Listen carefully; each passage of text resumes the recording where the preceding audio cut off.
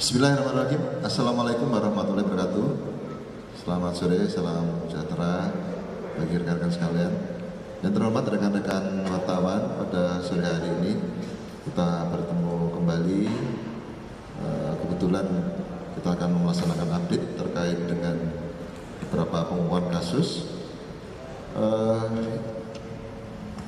yaitu terkait dengan kasus illegal access.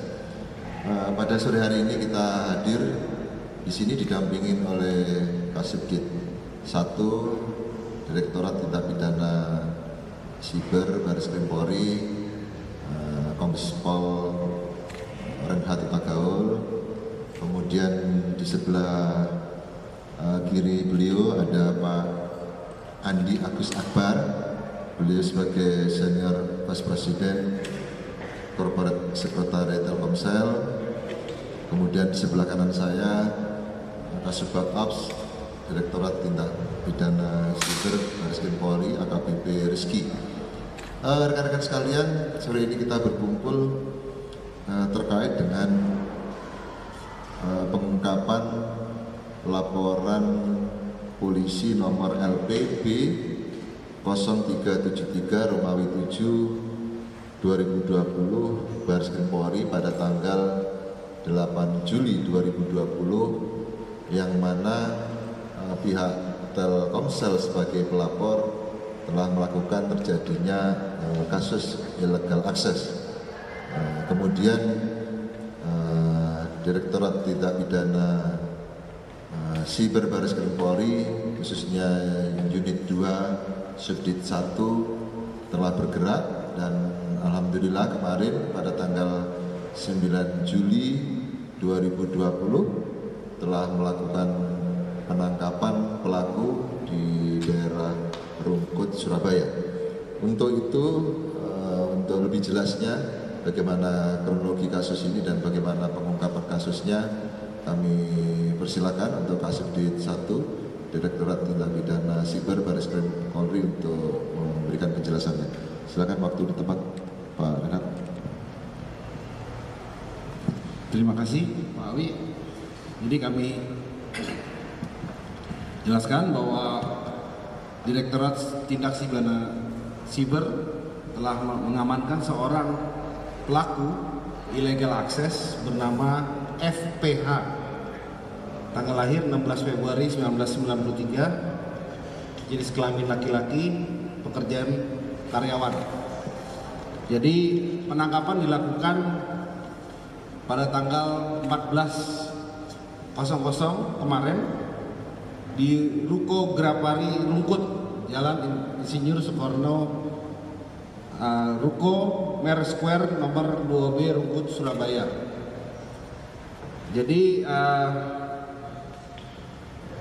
pada tersangka kami amankan satu buah KTP, satu buah HP, satu unit komputer, satu buah SIM card Telkomsel.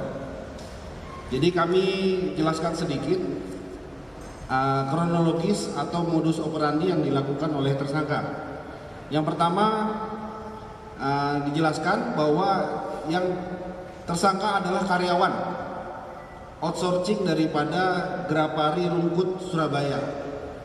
Jadi karena dia outsourcing dan bertugas sebagai customer service, dia mempunyai akses terbatas atas data pribadi pelanggan. Jadi ada dua yang bisa diakses, adalah akses tentang pelanggan dan akses tentang device atau alat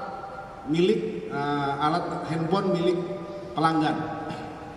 Jadi didapatlah bahwa si tersangka dengan tidak melalui otorisasi, artinya begini, yang bisa melakukan akses terhadap data-data tersebut adalah si pelanggan itu sendiri atau permintaan dari atasan. Jadi tanpa ada otorisasi.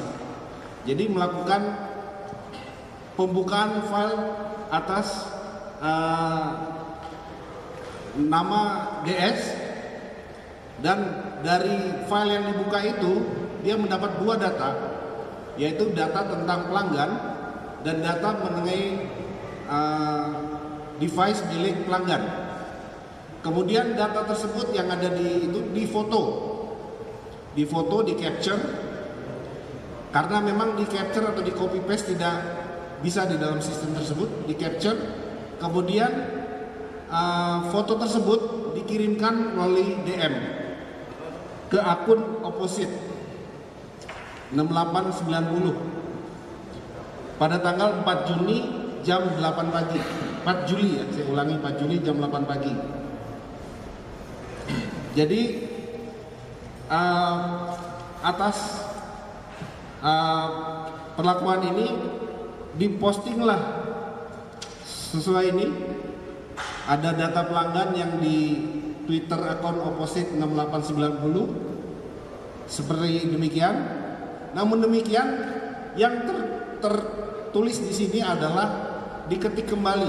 Jadi ini bukan hasil capture yang asli, diketik kembali oleh pemilik Twitter account ini dan disebarkan. Nah, itulah yang menjadi evidence buat kami.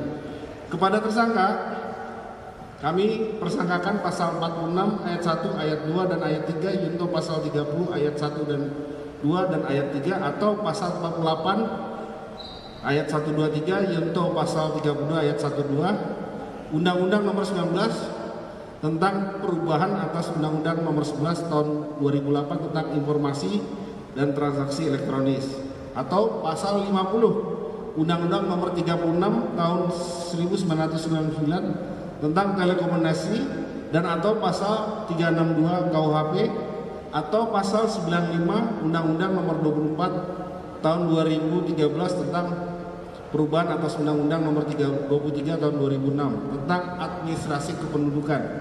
Ancaman pidana paling lama 10 tahun penjara atau denda paling banyak 10 miliar rupiah. Demikian. Terima kasih. Demikian rekan-rekan sekalian, sudah kita dengarkan sama-sama apa yang disampaikan kronologis kejadian sampai pengungkapan kasus ini terkait dengan illegal access. Kemudian di sini kita hadirkan juga pelapor dari Telkomsel.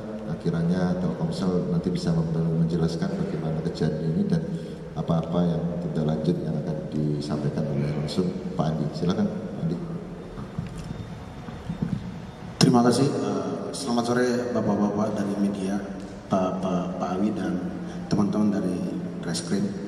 Jadi setelah ada rame-rame dari Telkomsel mengadakan investigasi karena kenapa ini terjadi, kita mengenali ada akses tanpa hak dari salah seorang karyawan outsourcing di Grapari Rungkut. Untuk itu pada tanggal 8 kami membuat laporan ke Direktur Cyber Mabes Polri untuk ditindaklanjuti sesuai perundang-undangan yang berlaku. Jadi yang kedua, tentunya kami melalui media ini kami mohon maaf kepada Bapak DS atas ketidaknyamanan ini, dan dari manajemen Telkomsel berusaha selalu memastikan keamanan dari data pelanggan yang ada pada kami. Jadi itu yang kita berusaha terus. Ini pelajaran bagi kami. Untuk kedepannya kita akan perbaiki terus, tingkatkan terus keamanan untuk menjaga keamanan di data pelanggan kami. Terima kasih. Oke, demikian dari Pak Andi. Ada pertanyaan? Untuk pemilik akun Twitter Opposite sendiri, apa polisi melakukan penelusuran, Pak? Oke, bisa silakan. Jadi untuk pemilik akun Twitter Opposite 6890 memang sedang kami lidik di mana keberadaannya. Kemudian kami tambahkan motif dari tersangka FPH. Jadi yang bersangkutan secara pribadi simpati dengan akun oposit tersebut, simpati. Kemudian yang kedua, motifnya itu yang bersangkutan tidak menyukai DS karena pernah dibully akun medsos pendukung DS. Nah, demikian. Ini yang kami dapat dari tersangka. Demikian. Ada yang bertanyakan kembali, rekan-rekan? Cukup? Cukup ya? Oke, terima kasih rekan-rekan. Demikian rilis pada sore hari ini. Akhirul kalam, wabillahi taufiq wal hidayah. Wassalamualaikum warahmatullahi wabarakatuh.